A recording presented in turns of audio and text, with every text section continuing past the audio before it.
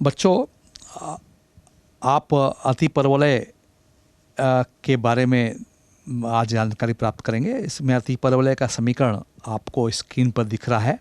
x² / a² minus y² / b² = 1।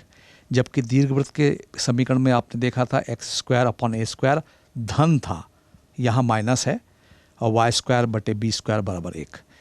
तो अतिपरवलय एक विशेष आकृति है। जो आकृति आप देख रहे हैं, ये जो आकृति, ये पैराबोला में जैसा दिखता है, लेकिन कई लोग इसको पैराबोला समझते हैं, लेकिन पैराबोला नहीं है, ये अतिपरवलय है। इसकी उत्केंद्रता E1 से ज़्यादा है। आप यहाँ देख रहे हैं कि इस अतिपरवलय का, हाइपरबोले का जो अक्ष है वो x अक्ष है। यहाँ पर ये जो उसके दो शीर्ष हैं a जैसे कि दीर्घवृत्त में थे, इसकी दो नाभियाँ हैं S और S', और इसकी दो नियताएं भी हैं जो Z से गुजर रही है और y अक्ष के समानांतर है।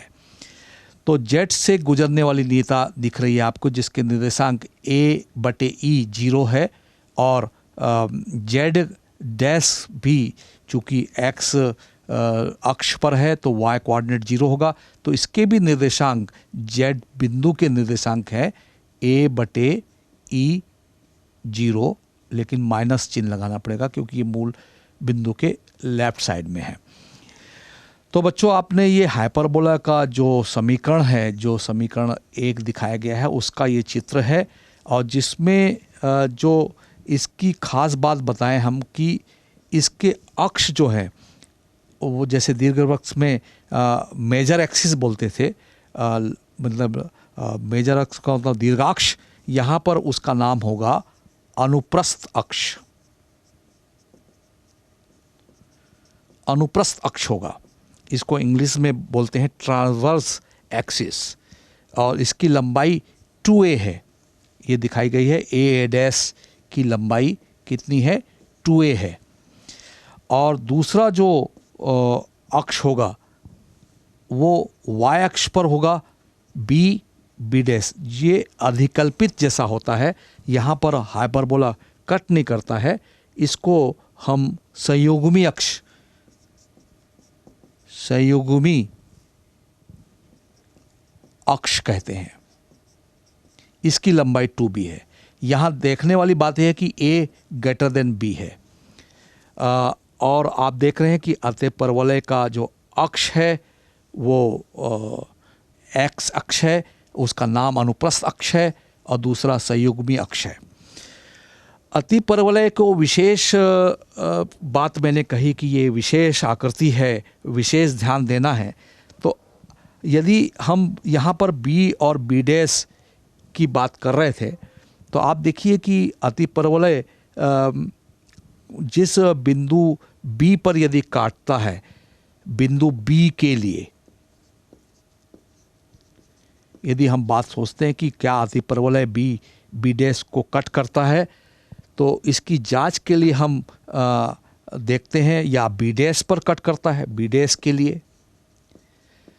और चूंकि ये b और b' जो है वो जो 2b से हमने शो किया है, जिसकी लंबाई 2b है, यहाँ जरूर इस शब्द का इस्तेमाल किया गया है, लेकिन मैं विशेष ध्यान देने बोल रहा हूँ कि b के लिए और b' के लिए। तो विशेष बात यह है कि यहाँ पर वो y अक्ष पर है तो x निर्देशांक 0 होंगे, और b' में भी x निर्देशांक 0 होंगे। और समीकरण नंबर 1 पर आप गौर करते हैं तो अतिपरवलय हाइपरबोला का इक्वेशन है x² / a² minus y² / b² = 1। और इसमें x बराबर यदि हम 0 रख दें तो इक्वेशन किस प्रकार से सॉल्व होगा, 0/a² माइनस y² / b² = 1। यदि इसको कैलकुलेशन को हम आगे बढ़ाएं तो 0 minus y² / b² = 1। This implies y² minus y² b² का a से तिरक गुणा किया तो हमको y² -b² मिलता है। और y की वैल्यू यदि कैलकुलेट करें तो b स्क्वायर का रूट b होता है और -1 का रूट अधिकल्पित होगा, तो bi। तो इसका मतलब ये हुआ, ये प्लस माइनस bi है, इसका मतलब ये हुआ कि अतिपरवलय y अक्ष को अधिकल्पित बिंदुओं पर काटता है, वो वास्तविक बिंदुओं पर नहीं मिलता। ये जरूर कहा गया है इस इक्वेशन में कि उसका संयुग्मी अक्ष 2b है। तो यहाँ ये बताने का प्रयास किया गया है कि ये सिद्ध करने की कोशिश की गई है कि अतिपरवलय जो है वो अधिकल्पित बिंदुओं पर मिलता है, y अक्ष पर नहीं मिलता, y अक्ष को नहीं काटता। यहाँ देख रहे हैं आयोटा है, ये अधिकल्पित संख्या है और अतिपरवलय का जो अनुप्रस्थ अक्ष है y अक्ष पर भी हो सकता है। उस स्थिति में उसका समीकरण x square upon B square और minus Y square upon A square होगा। उस समय जो अनुप्रस्थ अक्ष है वो 2b हो जाएगा। तो इस प्रकार का भी समीकरण होता है, यानी पैराबोला हम उसका अक्ष y अक्ष पर चला जाएगा, फिर वो अधिकल्पित अक्ष x अक्ष कहलाएगा। तो उसका चित्र जब कोई सवाल आएगा तब हम बताएंगे। आप ये मान के चलें कि उसका अनुप्रस्थ अक्ष का भी x अक्ष होगा और तो वो अधिक संयुग्मी अक्ष फिर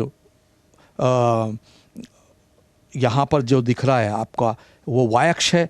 और यदि मान लो इस हाइपरबोला अतिपरवलय का समीकरण यदि इस रूप में हो तो उस स्थिति में फिर उसका जो अनुप्रस्थ अक्ष है y अक्ष पर होगा और फिर संयुग्मी अक्ष x अक्ष पर होगा। तो बात उलट कर की गई है, लेकिन यहाँ पर विशेष ध्यान देने वाली बात है कि यह जो पैराबोला है जिसका अनुप्रस्थ अक्ष 2a है, x अक्ष पर है ना भी x अक्ष पर है, उस स्थिति में वो हाइपरबोला अतिपरवलय y अक्ष को नहीं काटता, y अक्ष पर नहीं मिलता है।